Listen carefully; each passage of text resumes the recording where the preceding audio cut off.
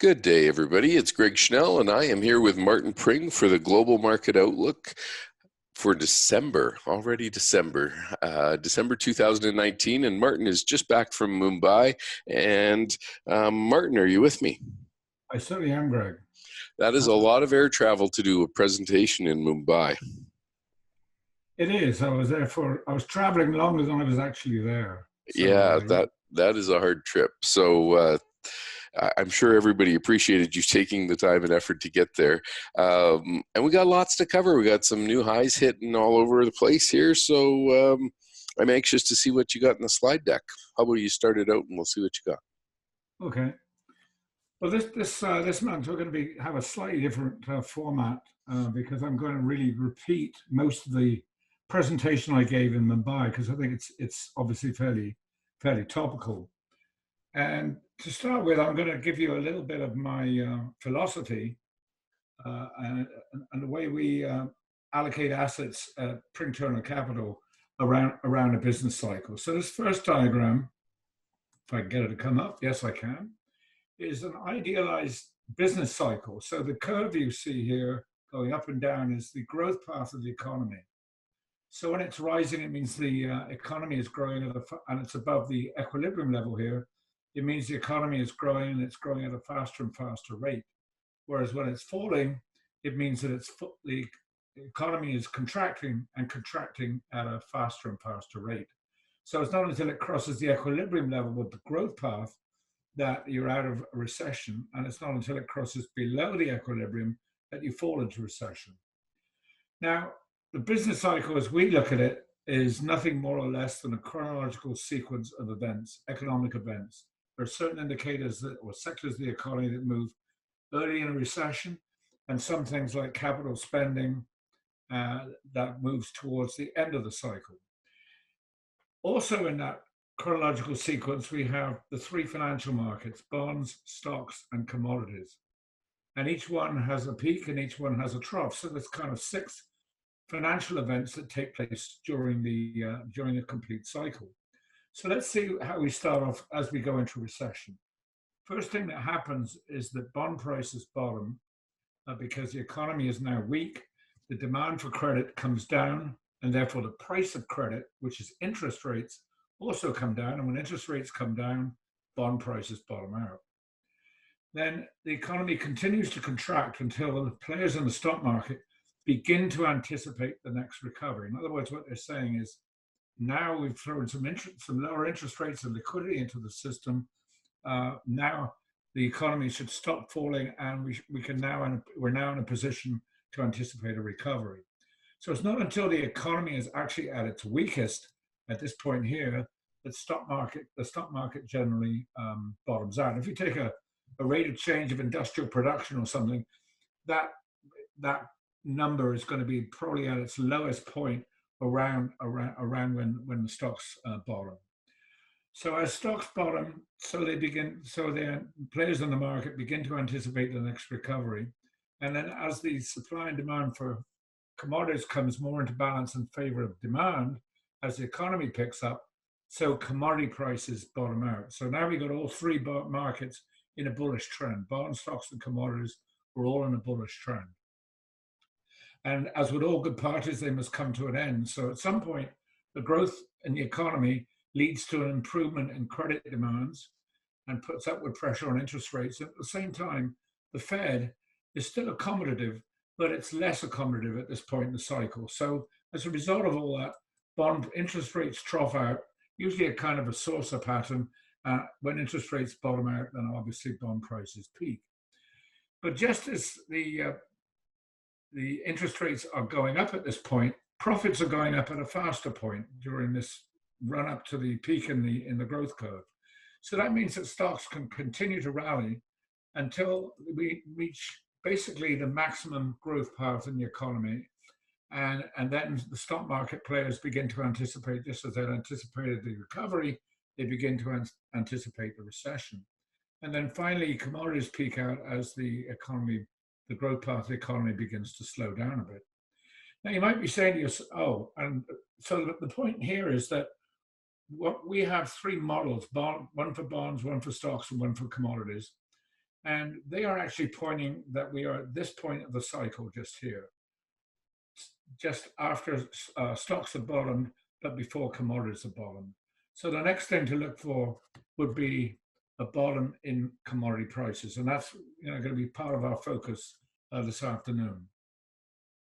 So you might be saying to yourself, well, look, he's talking about being in this point where the stocks are rallying and bonds are rallying, but where's the recession? We haven't had a recession. Well, in many cycles, we don't get a recession. What we get is a situation like this, where the growth path of the economy comes down to the equilibrium point, maybe slightly below it, maybe slightly above it, and then bounces off. And so instead of getting a contraction, we get what we call a growth slowdown. And you still get, with growth slowdowns, you still get the financial markets transitioning between the low-end bonds, the low-end stocks, and the low-end commodities. It doesn't work out in every cycle, and the magnitudes of the moves are obviously different in each cycle. If you're in a recession, the magnitude of the moves tends to get much more exaggerated. So during a recession, there's nothing to lose 40 or 50% in terms of value of the stock market. But in terms of the growth recessions, usually it's kept to a 10 to 15, maybe 20% decline. It's very, very short. The other thing to bear in mind is that since 1962, we've had a number of recessions and we've had a number of slowdowns. And if you take the total years since 1962 and divide it by that total of slowdowns and actual recessions, you get an average between the troughs of the two of 41 months, which is kind of interesting because Joseph Kitchens back in the 1920s researched the business cycle back to the 1870s, and he came up with what's called the Kitchens cycle, which was 41 months. I just add one more thing to this, and that is that right now we're a little bit past that 41-month period. So we should be seeing some signs of the slowdown ending and the recovery picking up. And of course, that's the reason the stock market is going up, because it sees that growth ahead. If it's wrong, then we could be in a lot of trouble. But usually the stock market's right when it anticipates things of that nature. So growth slowdowns are a cathartic experience as the economy pauses to refresh, kind of like a pit stop in a car race, as opposed to a nasty experience, which a recession is. Number two, it's associated with a 10 to 15% decline in the stock market, which is what we saw until December of last year. And number three, it can explain why we get secular bull markets and equities. So instead of getting really bad bear markets, if we go through growth slowdowns with the 10 to 15% decline, it means that we can have an ongoing kind of almost linear, a consistent linear uptrend as we go through the cycle. So I'm going to start off by taking a look at the global equities in the form of the MSCI World Stock ETF, the ACWI. And underneath is what I call a global leading indicator derivative. And that's in there to kind of demonstrate the connection between the global economy and global equities. And it's a derivative of another indicator, which is currently covered up, and I'll uncover that in a minute. But what I want to show you right now is that when the derivative bottoms out, and you look at the tip of the arrows, you can see that it's invariably followed by a rally in the stock market, except for those two occasions there in 1989 and 2001 when we were unwinding the tech bubble. But in most every other situation, when this indicator bottoms out, as it has several months ago, we get a rally in the stock market. Now, if I uncover the indicator that the derivative is a derivative of, you can see that if you look at the vertical arrows again down the bottom here, you can see that there's a slight lag. Sometimes it's coincidental, and sometimes there's a slight lag between the time when the derivative bottoms out and the actual indicator bottoms out. And that's what we have at the present time, because the derivative has started to turn up very slightly, but the indicator itself is slowed down and it's gone flat. But you can't say that it's turned around to the upside. But given the record of the turnaround, the upside turnaround and the derivative, it would seem to me that we're in the early stages of a bull market for stocks here. We don't know how long it's going to last, because this thing could go up for a few months and then start to turn down. But as long as it's turning up, it's a supportive indicator for the stock market. So what we can also do is look at some of the technical indicators in the global stock market. And here's the global diffusion index. What this is it's a basket. It measures a basket of individual country indexes and local currencies that are above 24. And 24 here means 24-month moving average. Now that series will be pretty jagged. So we smooth it with a 9-month moving average. That's where the 9 comes in. And then the red line here is an actual smoothing of the actual indicator. The idea is that when it goes below 0, when most markets are below their 24-month moving average and a few start to turn above their moving average, that often signals the beginning of a new bull market. Not in terms of, we'll say, perfect timing, because we had a little bit of an intermediate decline, which took the price back to its 12-month moving average again. But generally speaking, it's a positive sign for the next 12 months at least. So we can put the other arrows of all the other sub-zero crossovers, moving average crossovers, and you can see they all resulted in a nice move for the stock market. And then we fast forward to the current situation, and you can see there was a pretty solid buy signal that we got a month ago or so. So that all looks very positive to me for the global stock market. And there's nothing, of course, to stop the indicator turning to the downside. But at the moment, when it turns up, it tends to sustain itself, and I think that's what's going to happen in this case here. So now we take a look at U.S. equities, and here we got inflation-adjusted stocks. Where we divide the S&P or its forerunner by the CPI, and underneath is the Shiller price-earnings ratio, and the Shiller price-earnings ratio can be calculated all the way back to 1870, and it calculates real earnings on a 10-year basis. So it kind of eliminates a lot of the cyclicality. But what I like about it is that, to me, it indicates a measure of sentiment, because when it's high, it means that people are willing to pay a lot of money, like $35 or $40 for a dollar's worth of earnings. To me, that indicates they're very, very optimistic. Why would they pay a higher price if they were optimistic? On the other hand, when it comes down to around 7 or 8, that tends to be a bargain level. So we can put some overboughts and oversolds, if you will. And the point I'm trying to make here is that a lot of people look at it as a valuation indicator. I look at it as a measure of sentiment. And you can see over the years, there's been some really big swings in sentiment as it goes from euphoria to real pessimism, euphoria to pessimism, euphoria to pessimism. And these represent the secular trends in the stock market, which typically average, I think it's something like 18 to 20 years in duration. So here are the 3 great buying opportunities we've had since in the last century or so. And here are the sell signals when we get a reversal from a high level. Now, right now, it's kind of worrying because the indicator is at the same level, or it was at the same level it was in 1929. It's a little bit below it now. And it's a little bit below the level where it was for the last 2 or 3 years of the 1982-2000 secular bull market. So it's obviously at a pretty worrying level if you look back at history. But the thing is that the high level just indicates the vulnerability. What you really have to zone in on is when the trend of confidence, of growing confidence, which means an uptrend in the PE, starts to reverse to the downside. That's when we get into problems, and that's where the next chart comes in. So here we have the inflation-adjusted stocks again, the Shiller PE in the middle, and then the KST for the Shiller in the bottom window. This average here, its moving average, is a four-year moving average, a 48-month moving average. So when the KST turns around on the Shiller, you can see that we get a nice rally in stocks.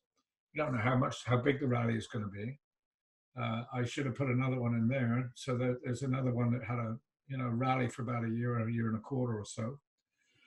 right now the KST is declining, but it's flattening out.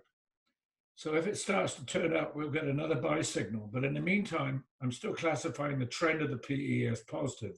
Remember, trend trumps everything. I'm saying it's positive because it's above its 48-month moving average, and it's also above this uptrend line just here. So if it were to start to drop below the trend line, that would get my attention because we're at such a high level. But with all the other indicators being in a positive mode, or virtually every indicator being in a positive mode, it seems to me that stock prices are headed higher. To give you an example, our stock barometer last month in November moved up to a 100% bullish reading. So that meant that all the components, all 6 components, were in a bullish mode. The official reading on the barometer is 83 because we take a 2-month moving average to avoid whipsaws. But when it's up at 100, even on a roll basis of 1 month, that's usually pretty positive for stocks. So now we're looking at the S&P Composite. It's not inflation adjusted this time, and underneath is my financial asset velocity index. So this is just a very simple indicator where I take the rate of change of bonds, stocks, and industrial commodity prices and add them into one specific indicator, and then take a KST of that indicator. And if you look at when the indicator bottoms out, as marked by these arrows, we consistently get a rally in stock prices. And what is happening here is that usually you're at the beginning of the cycle when this happens, and the Fed is injecting liquidity. So bond prices are rallying, and stock prices are rallying, and commodity prices are going through the end of their bear market. And this enables the financial velocity index to start to turn up. But as you can see, it has a pretty consistent record of doing pretty well. There's one exception here in 1981, I guess, 81, 82, 81, that's right, where it turned at the top, and you can see it quickly turn to the downside. If we saw a similar thing take place in the current cycle, this currently bullish signal that I'm just putting in would now then turn into a bearish signal. But as it stands right now, it looks more in line with a early cycle coming out of recession, coming out of a slowdown kind of signal. So that's bullish too. As I said, it's been pretty consistent.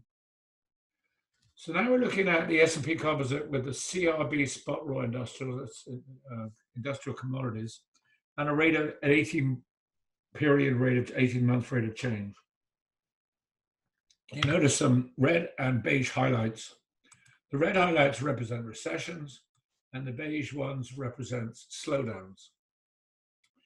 And what's interesting is if I put some arrows in that flag the turning point in the 18-month rate of change of commodities, you can see that it actually gave a buy signal just after the recession. In other words, we've gone through a recession, gone through that cathartic period where break-even levels were lowered down, stock market was ready to take off on the upside.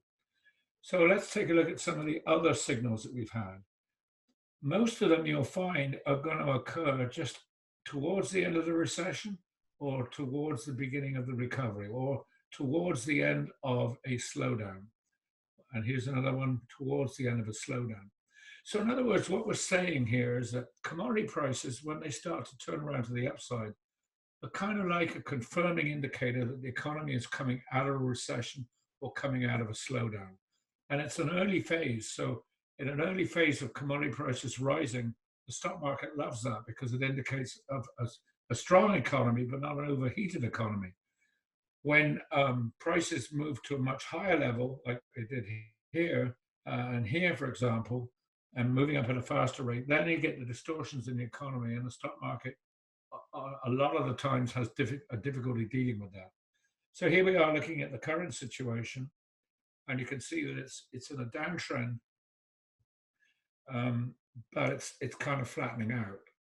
And I'm not sure if I drew the down, I didn't. So let me just go back and make this point. You can actually draw a downtrend line here, and when that downtrend line is violated, that to me will suggest at a relatively early stage industrial commodities have bottomed out. Until they do, until that happens, there's some doubt as to whether, even though it's oversold, where it will go to an even lower level. You can see you could have drawn a trend line here in 2015 and another one over here in 2012, 2013, and they were both followed by signals and confirming that the indicator had bottomed out. So right now the indicator is oversold, flattening, looks hopeful from the point of view of bottoming out, but you can't conclude that it's bottomed out yet. Also, if it does cross that theoretical trend line I drew here, it's also going to rally above the 9-month moving average. And that will be another piece of evidence that it's turned. But that has not yet happened, but it's something I'm watching very closely. So let's take a look at some international equity markets. Before we do that, I want to, in my talk in Mumbai, I sort of spent a few minutes on talking about the special K indicator, and I think it's probably a good idea to do that today as well. So price at any one time is determined by the interaction of a number of different time cycles. And in technical analysis, we tend to look at 3 different times. We look at lots of time cycles, but the principal ones are the primary trend, and that one lasts on average between 9 months and 2 years. And then that could be broken down into an intermediate trend, which lasts on average from 6 weeks to 9 months. And usually is caused by some believable event or development that makes you believe, like say here, we're in a downtrend, that the questions the validity of the ongoing primary uptrend. So in other words, everybody believed it was the primary uptrend was intact here, and then we get an intermediate decline. Maybe it's a rise in interest rates or something, or maybe it's a bad economic number. Something to question the validity of this primary trend. That's what tends to cause intermediate trends. But then we get down to the third level, and that's the short-term trend, lasts from 2 to 6 weeks, and that's very much more random in nature. Well, one of the things I noticed is that if I could construct an indicator, the long-term KST, out of this primary trend rate of change here. The problem with the KST is that because you need to keep it so that it doesn't give you too many whipsaws, it often gives you a late signal when it turns. Sometimes it's very timely, but a lot of the times it's a little bit later than I would like. So I had the idea of maybe combining all 3 of these indicators into one indicator, which I call a special K. So let's just get rid of the labels, do a little bit of Hollywood treatment here, and get rid of the labels again. And we're going to get left eventually with this dashed line here, the short-term trend. So what I did was I created an indicator that combines the short-term, the intermediate, and the long-term into one indicator. So we can make that into a solid line now. And that is the special K. And a special K has some special features to it. One, it's not as comforting as the long-term KST, because that's a slow, deliberate turn, and you can see when it turns and so on and so forth. It's pretty reliable. But as I said, it's sometimes slow to turn. But with a special K, it's jagged, and that's a helpful indicator, because sometimes something like 7 times out of 10, you're going to find the special K bottoms with the price series you're monitoring, or it peaks with the price series you're monitoring within a couple of weeks or so.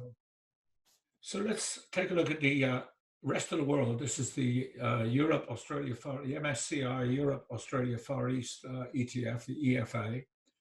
And underneath is a special K.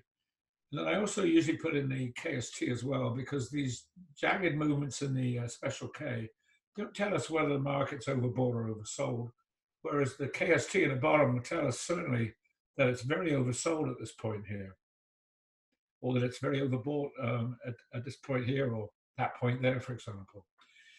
But to go back to what I was saying about the special K triggering signals, or I should say peaking and troughing in a more or less simultaneous manner with the market or price it's following, these arrows give you the peaks in the EFA and the troughs in the EFA, and you can see they line up quite nicely with the special K. Now, it's not going to do this every time, because sometimes you get linear uptrends, and no momentum indicator is going to continue to go on up forever if you've got a linear uptrend, because it's just not statistically possible.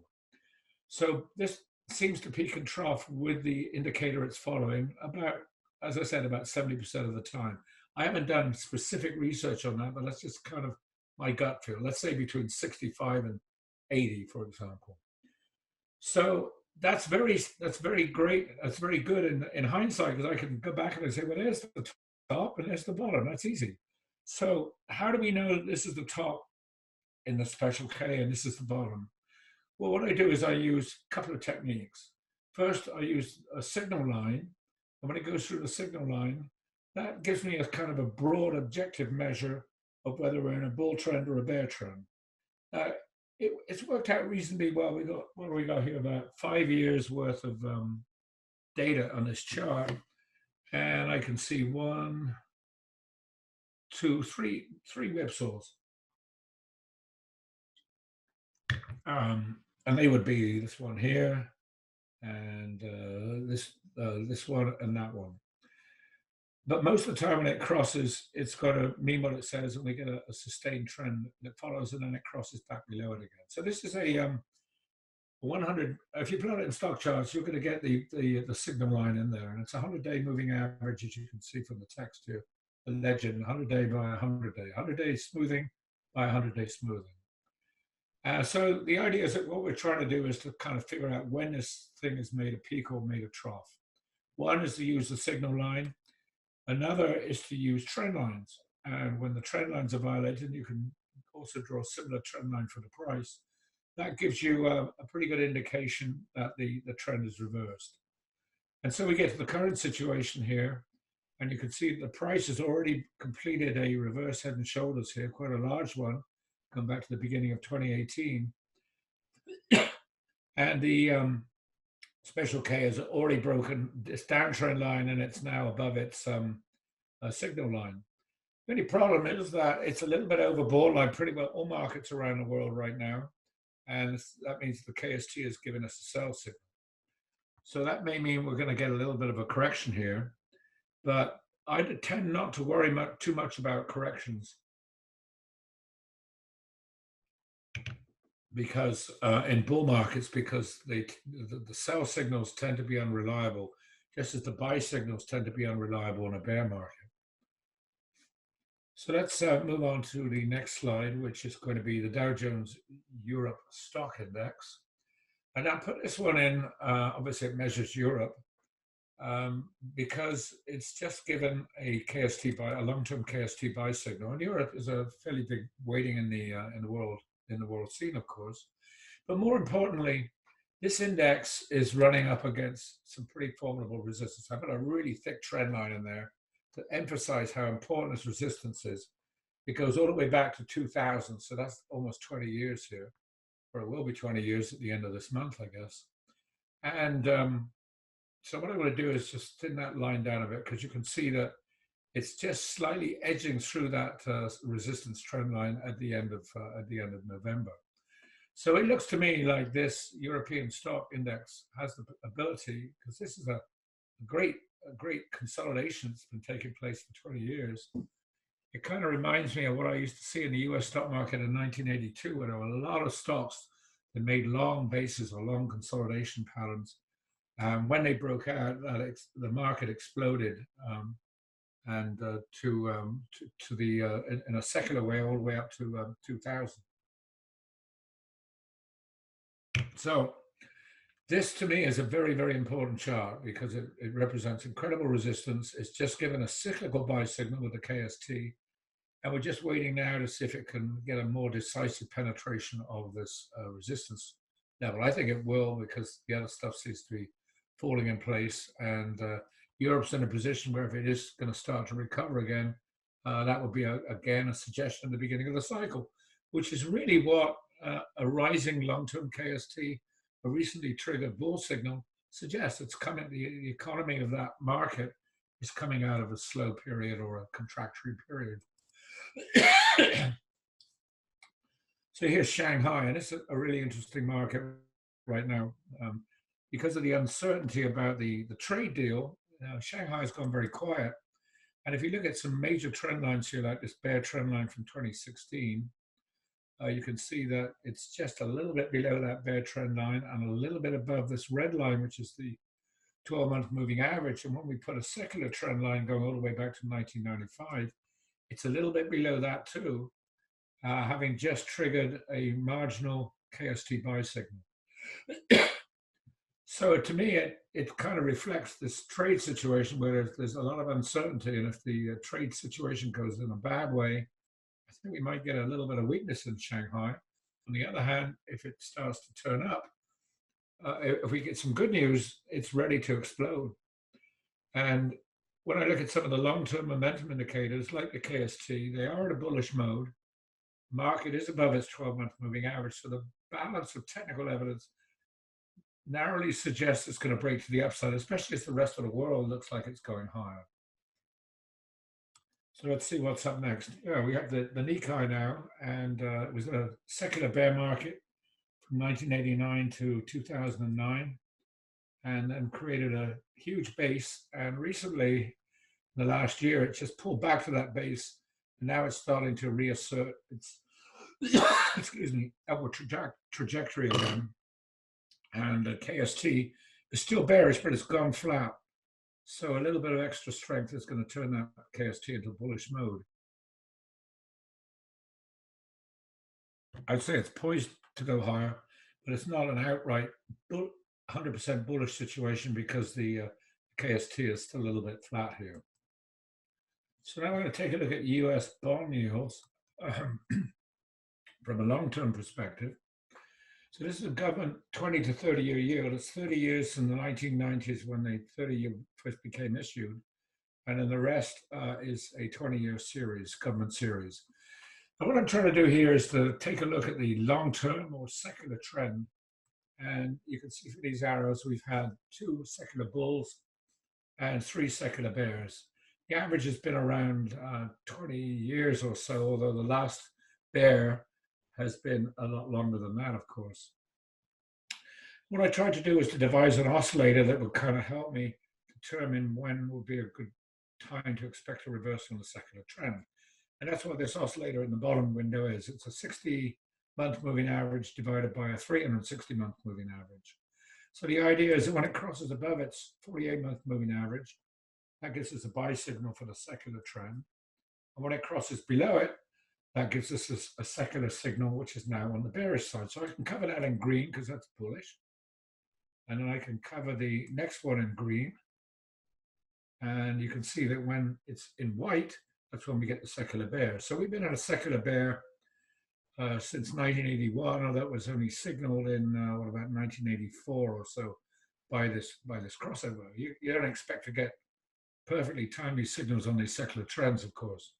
So right now we can draw a downtrend line for, so my point was that we're still bearish, but you can see for the last few years, this indicator has been going sideways. So it wouldn't take much to push it into the bullish mode, but it's still, strictly speaking, in a secular bear market. We can also draw a downtrend line, and that downtrend line is still intact, and this 96-month moving average is still intact as well. You see how that was quite a good barrier to upside resistance in the past. See how the yield stopped there, and it stopped here, stopped here, stopped there, and it went through very quickly and came right back down, and look what happened out of that false signal. So with the 30-year yield, it's definitely in a secular bear market. When you go back to the 5-year yields, it's a different matter. They bottomed out in 2012. So yields further down the curve are actually, I think, in a secular bull market. I think it's just these later maturities like the 20-year and the 30-year that are still in a confirmed secular bear market. So let's take a look at the cyclical picture. And this is a chart I've shown quite a number of times, I guess, in the last few months. But I think it's fairly instructive because it's showing you that the 12-month rate of change, when it goes above the 25% level and crosses below it, or touches it and goes below and goes back down again, that's when we get one of these sell signals, one of these red arrows. You can see it's been pretty consistent, except for that one there where it decided to rally after it peaked out. So, but on balance, when this indicator reaches an extreme level and reverses again, you want to pay attention. You could also say that I was just looking at the downtrend and that it's easy to get sell signals. But here we're looking at the contra-secular signals generated in the opposite way by touching the minus 25% line or going below it and reversing. You could see each of these was followed by some kind of a rally. I didn't identify it. Well, I did actually identify this rally. I didn't put the arrow in. So right now, looking at that as a pretty consistent record going back over the last 30 years, you can see that the indicator, the rate of change has started to turn up. Not enough yet for me to say that I believe that it's turned, but if we look at the next chart, it shows the government 30-year bond and an intermediate KST. First thing to notice is that the 30-year has been bouncing off this support trend line for some time, since 2009, in fact. And right now, the intermediate KST has given us a buy signal by crossing above its moving average, and it's just about to go through its oversold line. And these are the previous buy signals from the intermediate KST from an oversold level.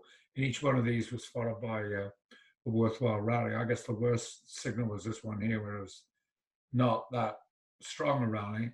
But remember, we're in our secular downtrend now. I personally think this is a trading range prior to a secular reversal, but right now we got a buy signal indicating that we're going to get a rally in bond yields in the 30-year yield, it seems to me. So there's the signal. So now we look at dollar-based commodities, and remember where we were in the cycle. Our three models, we got bullish for bonds, bullish for stocks, bearish for commodities. So we're at this point here where the next thing we're looking for is a bottom in commodities and also a bottoming in commodity related stocks and earnings driven stocks, because that would mean we'd be progressing towards the next phase of the cycle. So whereas in this period here that we've had, we've seen defensive stocks like utilities and consumer staples and REITs do very well. We may, well, I'm not saying they're going down, we may find a change in the relative performance of these stocks relative to the stocks that do better in the latter stages or later stages in the cycle. And maybe, Greg, we could look at some of those if we get some time later on. So first of all, here's the CRB spot raw industrials, and here's a global indicator. This is the OECD leading indicator. This is the normalized indicator. It's one that lags a little bit from the one I showed you in my initial chart, but it seems to fit in nicely with commodity price lows. So there we get a low in the global economy, and there's a low in commodity prices. And we see that fairly consistently all the way through, except during the 1990s, where we get two full signals, where what happened was we did get a rally in the economy when it bottomed out, but it translated into basically a sideways movement for commodities. And it may not look very much on the chart, but I think that's probably about a year and a half worth of sideways trading range. So it's a worthwhile signal. And this other one I've labeled a failure. Also had a little bit of a rally for about 6 months or so, but it's not what I would call a successful one like all these others over here. And this one here, not terribly successful, but you know, it told you commodities had stopped going down, and we got a nice, basically some ranging action. Right now, that indicator is oversold, and it hasn't been down that much in the past, but it's still declining. So we can't declare victory on that yet. One thing is that this data is about 2 months out of date, maybe 3 months out of date, because of the way that they report it for the world. So it may be in a slightly better situation right now, because the leading indicator, as we saw before, has already started to turn up. And usually there isn't that much of a lag between that derivative in the first chart turning up and something like this turning up. So we may be close to the low in commodity prices, but we certainly have to assume that we're still in a bear market there. One of the things I'm watching very closely is the Canadian dollar, because there's a good relationship between the CRB Composite and the Canadian dollar. So if I can see a bottoming in the Canadian dollar, that will give me some really powerful evidence that commodities are probably bottoming as well, because obviously The dollar is very sensitive to resource prices. So you can see in the past it's been possible to draw some trend lines on both series, and when they're violated, you get a nice buy signal. Here's a similar thing with a sell signal here, where the Canadian dollar comes down and then the CRB breaks. And then we get to the situation where we're looking at the KST for the Canadian dollar, when that reverses to the upside by crossing above its moving average. That too gives some nice signals of a rally in the CRB Composite. We've had, what, 4 signals. I put an arrow up here because it's a very marginal KST crossover, but it's not yet a substantial one. But it does tell us what the other stuff was telling us, that we may very well be very close to a bottom in commodities. We just can't prove it yet with trend evidence.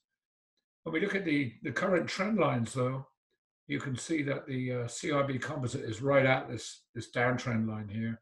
Canadian dollar is right at its downtrend line. So maybe if I thinned up the lines a little bit, we get a marginal break. But basically speaking, we want to have a little bit more strength before concluding that these series have bottomed out. But they're obviously pretty close. So here's the CRB Composite on a weekly basis, and again with the KST, the intermediate KST. And what I've shown you here is the buy signals in the KST.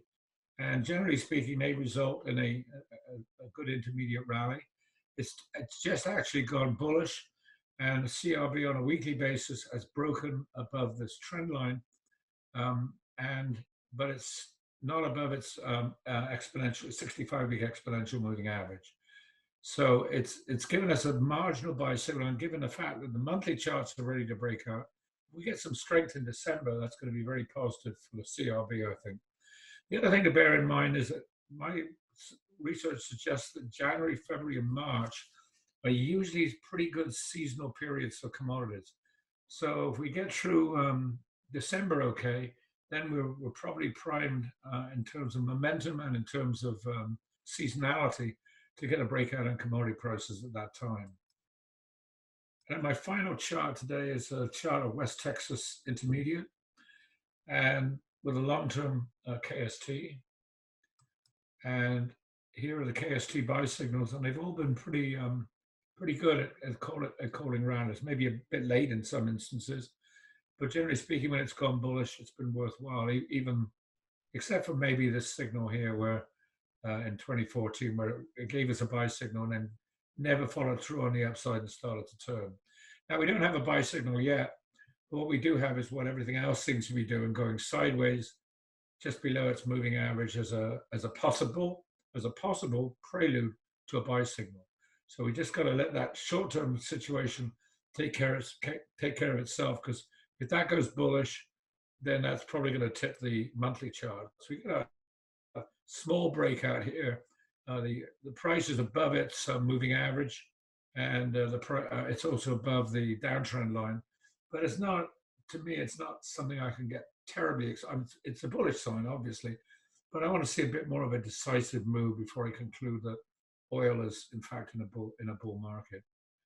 So that is about it from me, Greg. Do you have some questions there? I do. Your chart was dated the day before Thanksgiving, and on Friday, crude sold off $3. So it actually had a tough day and reversed right at this trend line. So still not out of the woods yet, but it's trying. And I agree, we need to see that crude oil price pop up a little bit higher to kind of confirm a change in trend. I keep expecting it to happen with the, reduction in Saudi output. So they had 5 million barrels a day taken offline, roughly 70 days ago. So that's 350 million barrels. Now they've made up production elsewhere, but still you would think that would marginally start to tighten our inventory levels and bring things into line, but apparently it's not showing up in the inventory data yet. So I continue to watch it from that perspective, just thinking that that Saudi bump might be one of the things that gets us going. The one question, I didn't see any of your charts covering off gold specifically, and when you think about gold these days, it looks to me like it's ready to turn up. Have you noticed any signs in that area of the market? Let me just get into the StockCharts platform here, and we can put a chart of gold up. That'd be great. So let's put a long-term chart up. Is that okay? Yes. Yeah.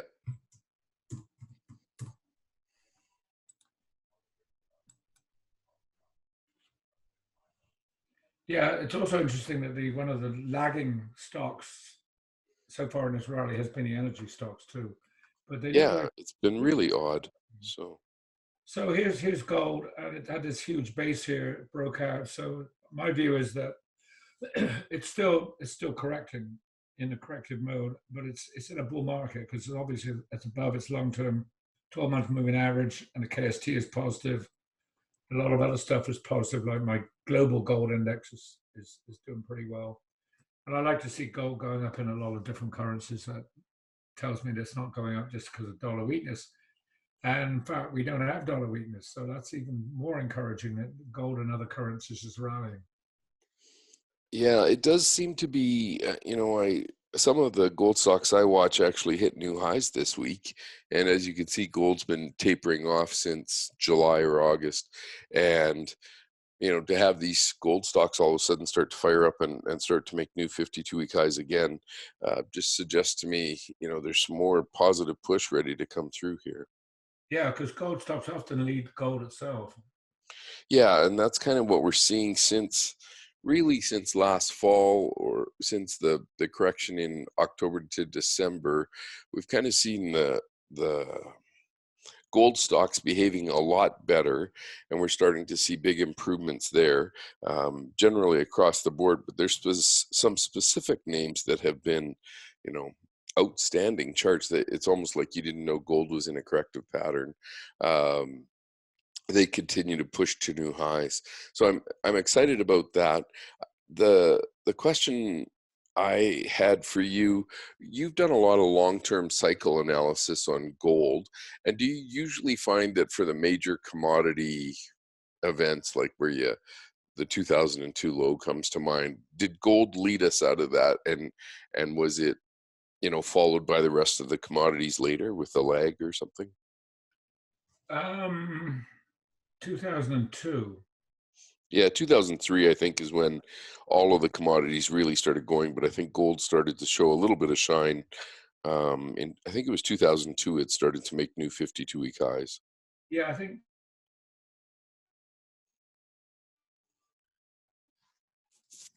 I might be wrong on that. So,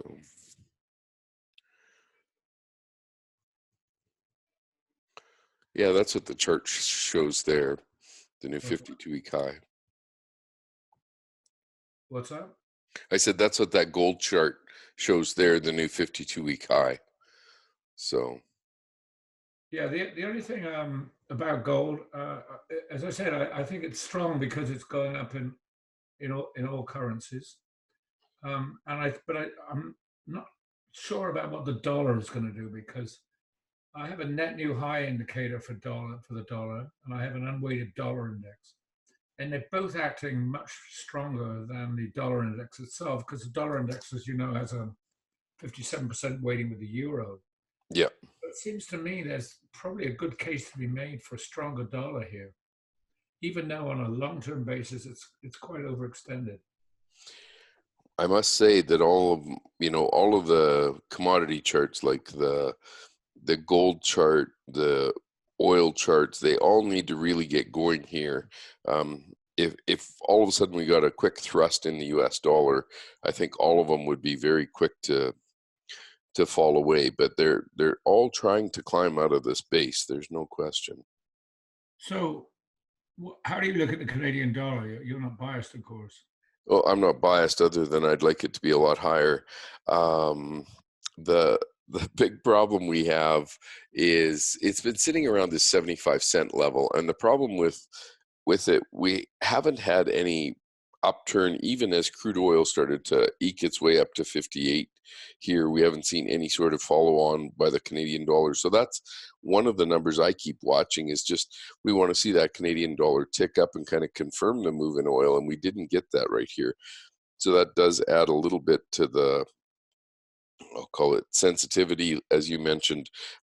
Why isn't the Canadian dollar following on to the commodity, the crude oil move up? So I was kind of hoping one would lever the other, or one would help support the other in terms of signaling, but we haven't seen that mode yet. Yeah. But other questions I had for you. So lots of the sectors are breaking out. I think 6 new sectors hit new highs this week, and there's 4 that are relatively close. The utilities and REITs and that kind of thing are just barely below the new high level.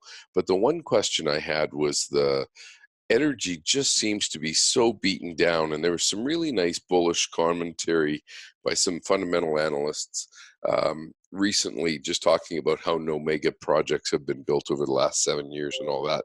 And I can't help but think that there's a major cycle set up here, because we have XOP at, I think, 13-year lows basically since the exploration and production ETF started. And then we also have OIH, the Oil Services Index, is at 20-year lows. So it just seems like everything is so beaten down here. As a cyclical move, you would expect it to finally get some leverage to the upside, but I haven't seen it yet. Yeah, I'm trying to put the XLE up here, and I'm going as fast as I can. Of course, when you go fast. Yeah.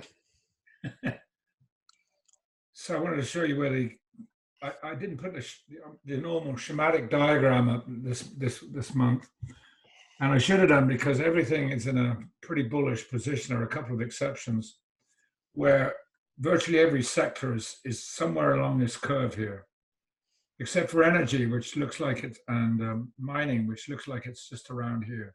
So even that looks like it's ready to go. But as you would expect, it's a lagging indicator and a lagging sector. So you would expect it to be lagging at this point here. So that's probably the next game in town to be looking at, is some of these resources. That's the one of the ones that I think has the big upside potential for 2020. It just seems like everything is all set up here. And even recently, we're starting to see some of these oil stocks, they haven't quite hit new 52-week highs, but they're definitely trying to push up. But they have been oversold significantly. So you would think that if there's any sort of upturn, they could actually really have some alpha and start to push up a little bit quicker than everything else. Yeah, and the other thing is some of these economic indicators are starting to point north. The leading economic indicators, like housing and so forth, the momentum is pointing north, and it encourages me, and also encourages me the fact that stock market's also been going up as it looks ahead. But if it made a mistake, we could be in for a nasty shock here. And one of the things I might look for would be a breakdown in the energy, because the energy has been one of the weaker ones. So I'm expecting it to break to the upside. But if it were to kind of break below that trend line, that wouldn't be very good. No, and it would probably suggest bigger damage for the world, because if the world doesn't need energy, that's probably telling us something else. Yeah, and you remember that very finely balanced Shanghai index that I showed you earlier? That also could go either way. I think it's going to go up, but it wouldn't take much to push it down. And you need to get some kind of an unexpected shock could do that, I think.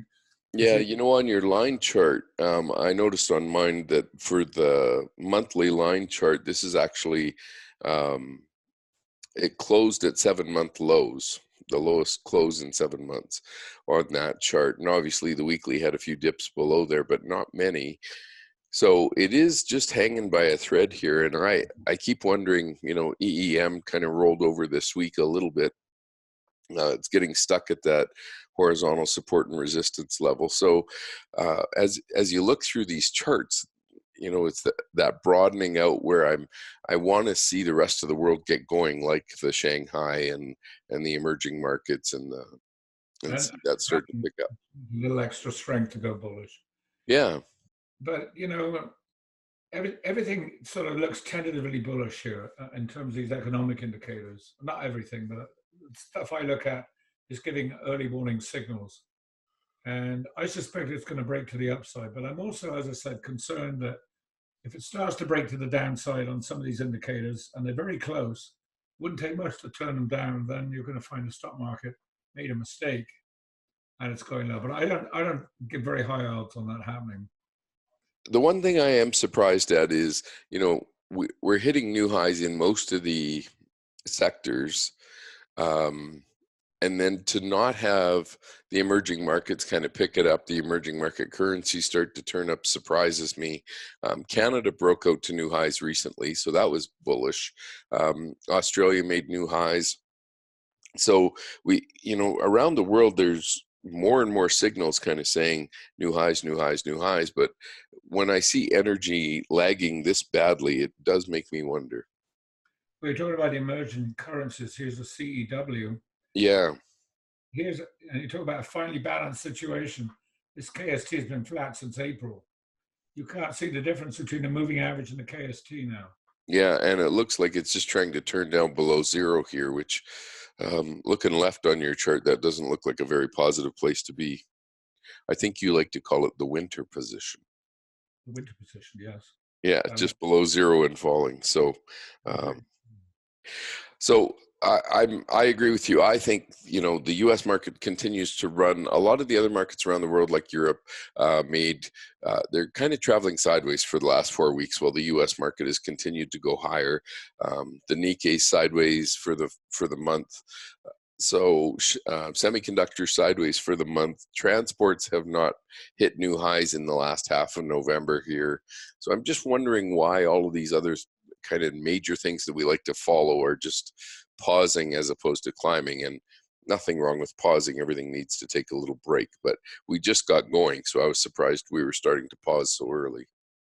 Well, we've still got the bullish Christmas period to go, the Santa Claus rally, the so-called Santa Claus rally to go through. Yeah.